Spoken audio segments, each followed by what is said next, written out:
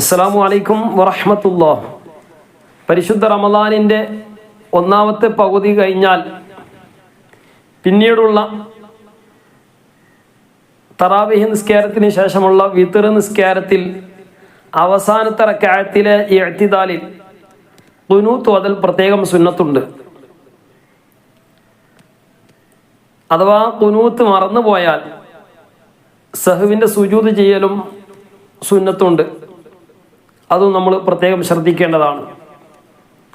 ജമാഅത്തായി നിസ്കരിക്കുമ്പോൾ എങ്ങനെയാണ് ഖുനൂത്ത് ഓതേണ്ടത്, ഒറ്റക്ക് നിസ്കരിക്കുമ്പോൾ എങ്ങനെയാണ് ഖുനൂത്ത് ഓതേണ്ടത്, ആദ്യം ജമാഅത്തായി നിസ്കരിക്കുമ്പോൾ എങ്ങനെയാണ് നമ്മൾ സാധാരണ ഖുനൂത്ത് ഓതാറുള്ളത്, ആ രൂപമാണ് പറയുന്നത്.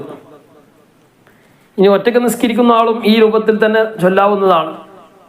സാധാരണ ഒരു പക്ഷേ ചില ആളുകൾ പഠിച്ചിട്ടുണ്ടാവുക, നമ്മൾ മനഃപ്പാടമാക്കിയ ഒരു ശൈലി ഉണ്ടല്ലോ, അല്ലാഹുമ്മ ഹ്ദിനാ ഫീമൻ ഹദൈത്. ചില ആളുകൾ അല്ലാഹുമ്മ ഹ്ദിനി എന്ന് പറഞ്ഞുകൊണ്ടായിരിക്കും. ഏതായാലും വേണ്ടില്ല, അല്ലാഹുമ്മ ഹ്ദിനാ എന്ന് പഠിച്ചു വെച്ച ആളുകൾക്ക് പ്രശ്നം ഉണ്ടാവില്ല. അപ്പം ജമാഅത്തായി നിസ്കരിക്കുമ്പോൾ ഒന്നായിട്ട് എല്ലാവരെയും ഉൾപ്പെടുത്തിക്കൊണ്ടായിരിക്കണം നമ്മൾ ഖുനൂത്ത് ഓതേണ്ടത്. ഖുനൂത്ത് ആയാലും ദുആ ആയാലും ഒക്കെ നമ്മൾ. അപ്പം ഇനി ഒറ്റക്ക് നിസ്കരിക്കുന്ന ആളും എന്ത് ചെയ്യുക, ബഹുവചനം കൊണ്ട് പിന്നെ അല്ലാഹുമ്മ ഹ്ദിനാ എന്ന് പറഞ്ഞുകൊണ്ട് ചൊല്ലുന്നതിന് കുഴപ്പമില്ല. അപ്പോൾ ഇൻഷാ അല്ലാഹ് ആ ഒരു കാര്യം പ്രത്യേകം ശ്രദ്ധിക്കുക. 16-ാമത്തെ നോമ്പിൻ്റെ തറാവീഹ്, 16-ാമത്തെ നോമ്പാണല്ലോ നാളെ ഇൻഷാ അല്ലാഹ്. അപ്പോൾ 15 കഴിഞ്ഞ് 16-ാമത്തെ തറാവീഹ് നിസ്കരിക്കുമ്പോൾ 3 റക്അത്ത് നിസ്കരിക്കുന്നവരാണെങ്കിൽ 3-ാമത്തെ റക്അത്തിൽ ഇഅ്തിദാൽ. ചില ആളുകൾ 5 റക്അത്ത് നിസ്കരിക്കുന്നവരുണ്ടാവും. അപ്പോൾ പിന്നെ 5-ാമത്തെ റക്അത്തിൽ ഇനി 11, പിന്നെ 5 അല്ല 7 ആണെങ്കിലും 9 ആണെങ്കിലും 11 ആണെങ്കിലും വിത്തറിൻ്റെ അവസാന റക്അത്തിലാണ്, അവസാന റക്അത്തിലെ റുക്കൂയിൽ നിന്ന് ഉയർന്ന് നമ്മൾ സാധാരണ സുബഹിക്ക് ഖുനൂത്ത് ഓതാറുണ്ടല്ലോ, അപ്പം അതുപോലെ അവസാനത്തെ റക്അത്തിലാണ് ഖുനൂത്ത് ഓതേണ്ടത്. അത് എല്ലാവരും ശ്രദ്ധിക്കുക.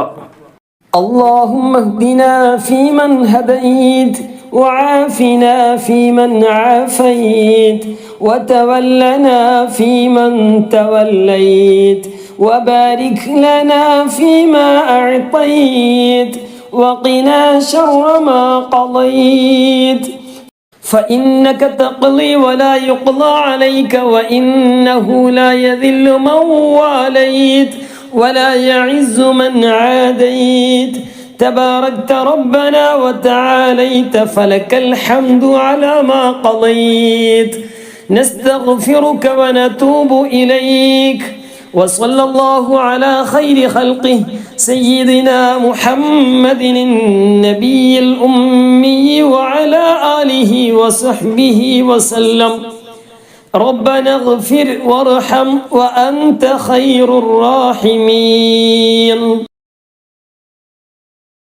اللهم اهدني فيمن هديت وعافني فيمن عافيت وتولني فيمن توليت وبارك لي فيما أعطيت وقني شر ما قضيت فإنك تقضي ولا يقضى عليك وإنه لا يذل من واليت ولا يعز من عاديت تباركت ربنا وتعاليت فلك الحمد على ما قضيت أستغفرك وأتوب إليك وصلى الله على خير خلقه سيدنا محمد النبي الأمي وعلى آله وصحبه وسلم رب اغفر وارحم وأنت خير الراحمين